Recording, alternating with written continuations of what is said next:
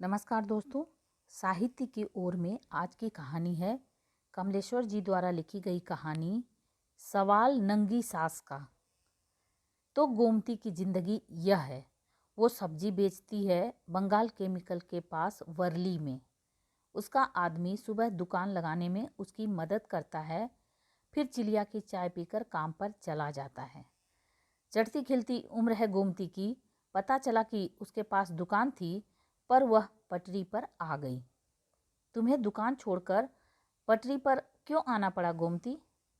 यहाँ का सब ग्राहक गुजराती है, मांस मच्छी नहीं खाता।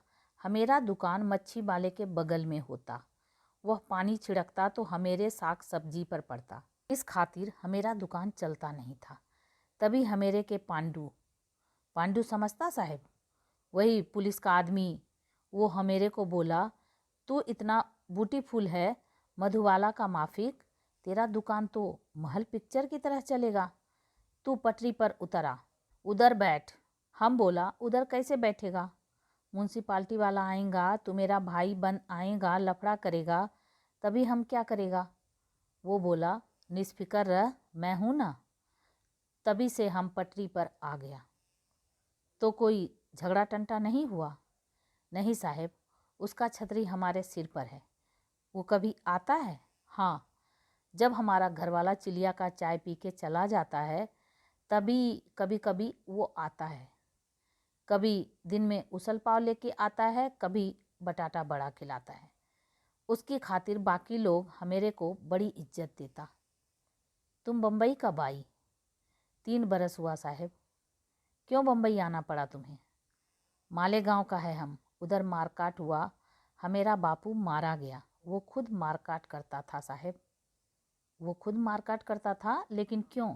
अब ये तो मालूम नहीं साहब, पन उन दिन बापू की जेब में दारू का पौवा जरूर होता था। वो दारूबाज था। उधर मालेगांव में तुम्हारा बापू क्या करता था? तुम्हारा घर कैसे चलता था? बित्ता भर जमीन था, उसी पर जवार उगाता था।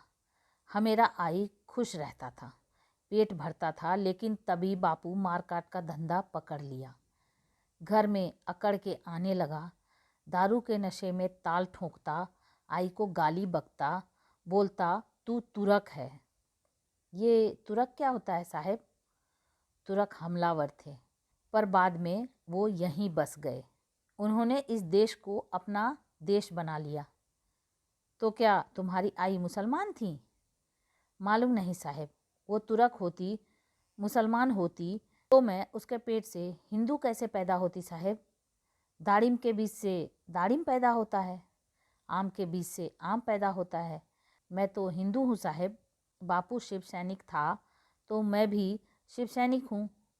पन बापू को आई बहुत समझाती थी, तू किसान का बेटा है, अकड़ के मत चल, मार काट में मत पड़, अपने खेतों की तरफ देख। दाना आते ही हर खेत झुक जाता है, आप दाने का कोई खेत तेरी कमर से ऊपर नहीं जाता, उसी की तरह झुक के रह। मगर हमेरा बापू नहीं समझा, मारकाट में मारा गया। यह तो बहुत अफसोस की बात है। तो फिर उसके बाद हम भिवंडी चला गया, वहाँ हमेरा मामा होता। उधर फिर मारकाट हुआ, उसी में हमेरा आई मारा गया। ओहो, यह तो बड़ी दर्दनाक दास्तान है। तुमने यह सब कैसे संभाला, कैसे बर्दाश्त किया? तुम्हारी आई? वो उधर एक जच्चा बच्चा घर में आया का काम करता। मारकाट वाला आया तो 4-4 दिन के बच्चा को भी नहीं छोड़ा। वो चीखता था, ये तुरक का बच्चा नहीं, कोबरा का बच्चा है। उसी मारकाट में हमेरा आई मारा गया। तभी हम क्या करता साहेब, हम मुंबा देवी के शरण में भागा। तो बम्बई आकर कैसे ज़िंदगी शुरू की तुमने? यह तो बड़ी मुश्किलों परेशानियों के दिन रहे होंगे। अब ये तो हमेरा नसीब है साहेब। मुंबा देवी की शरण में आते ही नरेश मिल गया। नरेश? कौन नरेश? हमेरा घर वाला। सिद्धि विनायक मंदिर में हम अपना नसीब मांगने गया था, उधर ही नरेश फूल माला बेचने का काम करता। उसने हमेरे गले में माला डाला, तभी से हम मियाँ बीवी हो गया।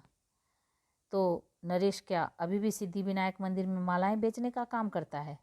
नहीं साहेब, वो एक जूता फैक्ट्री में काम करता है और जूता खाता है। तभी तो हम सब्जी का दुकान लगाया। अब मेरे को पैसे से जास्ती इज्जत का ज़रूरत है। तुम्हारे बापू और आई नहीं रहे तो अब घर में कोई और नहीं है क्या? है ना हमारी सास, नरेश की माँ। तुम्हारी सास तुम्हारे साथ रहती हैं? नहीं, वो पुणे में रहती है। पुणे में क्या करती है? करेगी क्या, वो तो अंधी है। अंधी है तो कैसे रहती है? आप उसकी देखभाल करती हैं? हाँ करते हैं ना।